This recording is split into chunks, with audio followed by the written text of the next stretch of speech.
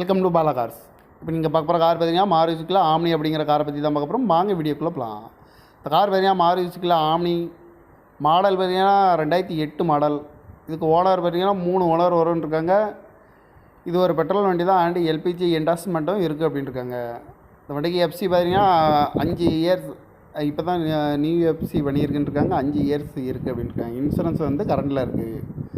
வண்டி வந்து லோக்கல் நம்பரில் தான் வண்டி இருக்குது அப்படின்னு இருக்காங்க. அந்த காரோட ப்ரைஸ் என்ன சொல்கிறாங்கன்னா 2 லட்ச ரூபா சொல்கிறாங்க. ரேட்டு குறைக்கணும்னு சொல்லியிருக்காங்க. குறைச்சி பேசி இந்த காரை பைப்பிங்கான்னு சொல்லியிருக்காங்க. ஓனர் பார்த்தீங்கன்னா 3 ஓனர் வரும்னு இருக்காங்க. இது ஒரு எல்பிஜி வண்டி தான் அண்ட் பெட்ரோலும் இருக்குது அப்படின்னு இருக்காங்க.